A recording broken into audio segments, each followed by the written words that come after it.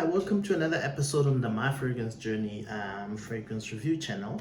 Um, every time I talk to people or we engage with friends and family and just random people, the one thing that everyone mentions is that the price of fragrances is just prohibitive, especially because everything gets converted from dollars and then it comes to rands and then the prices are usually quite steep. So on average, for example, in South Africa, a good fragrance from a designer is around 1,500 to 2,000. That's just the average. So that's a bridge too far for many people to buy one or even two fragrances. So this list is designed to give people that that is not the only way to exist. There's this other world of fragrances that sort of mimic, sometimes mimic, or maybe even if they don't mimic, but are very good quality at a very, very good price. So this is more sophistication or sophisticated perfumery on a budget, faking it until you make it, essentially. So here I picked out five from my collection, to take you through, to say, these are very good. All of them combined will not cost you more than 2,500, I must say. Obviously, mostly bought at discounters or maybe at sales, waiting for those annual sales or special occasion type of sales. You'll find these at the prices that I'm going to be talking about here. Without further ado, at number 5, a recent addition from the David Beckham fragrances, the Eau de Parfum collection, Amber Breeze. So Amber Breeze is it's a warm, ambery black pepper at the top there, the lavender mixed with some rose notes, clary sage, and roasted tonka bean at the base. So it's the only downside here is the performance. The opening is quite good. A bit of freshness from the bergamot, the rosemary, clary sage, you can pick it up. Then it settles down. It's smooth. It's a very, very nice fragrance. The only downside here is performance. This is a 4 to 5 or even less type of fragrance. Doesn't really project much. So that's the downside, but all in all, it's a good, affordable fragrance available at most at these big retail outlets. At number 4, this is a giant. I don't know why I have it so low on my list, but it is what it is. From the house of Armaf, it's a Middle Eastern clone house, the house of Armaf. This is a clone of Creed Aventus. So this is the original Hypebeast, the EDT. Great atomizer there.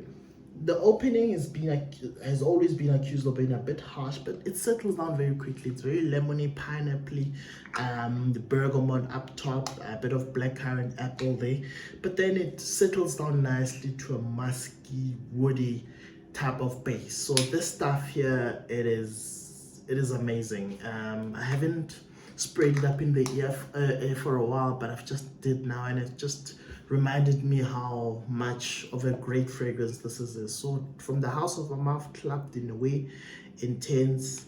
Man, yeah, the only explanation for it being so low down the packing order is because of the great fragrances that are up there, and all of them are clones as well, right? Okay, at number 3, from the house of, not the house of, from Fragrance World, another clone brand house. This is Men Nebula, and this is a boozy, woody, smooth, malty type of fragrance. So it is a clone of Thierry Mugler's Amen Pure Malt. It is discontinued, and this just captures that fragrance in a beautiful, beautiful way. It is amazingly close to the original. If you're lucky enough to ever put your nose on the original, find someone out there who has one and just get a sample of it. Very, very nice. This this is a twin of that. It is very smooth. It opens up nicely.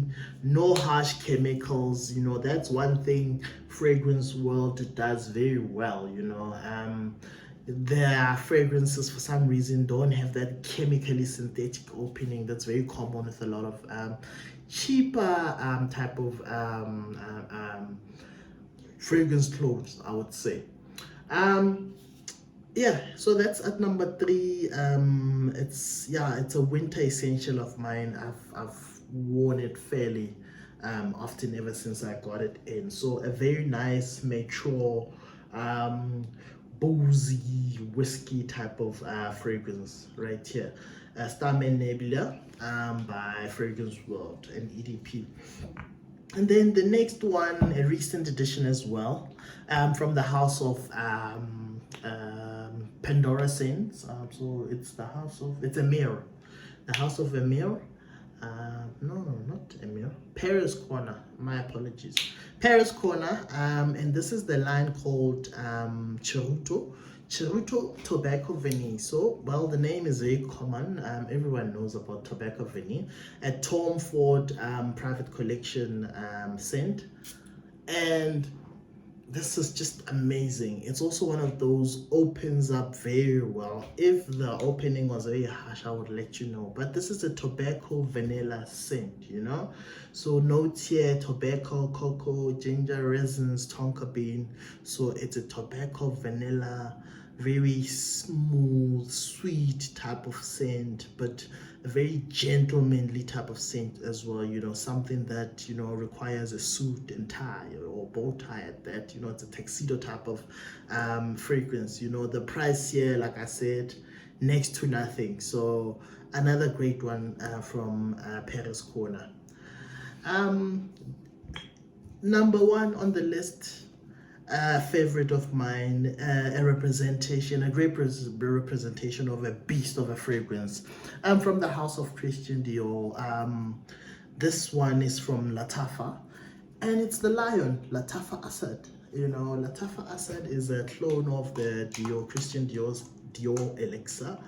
A very powerful fragrance, very spicy, old school with a very modern twist. So the big difference that I at least picked up between the original, because I do have the original Dior Elixir, Sauvage Elixir, is this one is a bit fresher. You know, it's fresher, thereby meaning doesn't last as long as the original, but the original lasts 12 hours plus. It's a very powerful, you know, it will blow out your nose if you're not careful with the number of sprays you put on there. So it's got a lot of spicy notes: vanilla, clove, amber, sandalwood. It's a very much a throwback type of scent, very modernized and wearable in today's time. It's an absolute boss scent, and this is an alternative to that, you know, a daily wear, very versatile, you know, and yeah, very nice, lovely fragrance, Lattafa. So from a price point perspective, you know, the David Beckham, between 650 and 800 you can get it for. The Club de Nuit from 700 upwards, it's 105 mils, very good value for money. And things get very interesting as we move towards the top, because the top 3, the prices are just unbelievable. So Men Nebula from Fragrance World, this you can get anything from 300 upwards. I've seen it as low as 300 upwards. You can get your Men Nebula, a Thierry Mugler Amen Pure Mount clone. And then an absolute great bargain from Paris Corner, Tobacco Venice from the Pandora Scents line, Charuto Tobacco Venice, a clone of Tom Ford's Tobacco Venice from the private blend collection, 300 rand. So amazing that you can get something like this. Like I said, the opening, amazing. You just know what it is if you know what it is, you know. So be on the lookout for a comparison video between this and the original. I'm looking to get myself the original Tom Ford Tobacco Venice. And then at the top, you can expect to pay 450 for the Lattafa Asad. Yeah, so all in all, like I said, just over 2,000 rands you can get yourself a collection, or maybe 1 or 2 of these.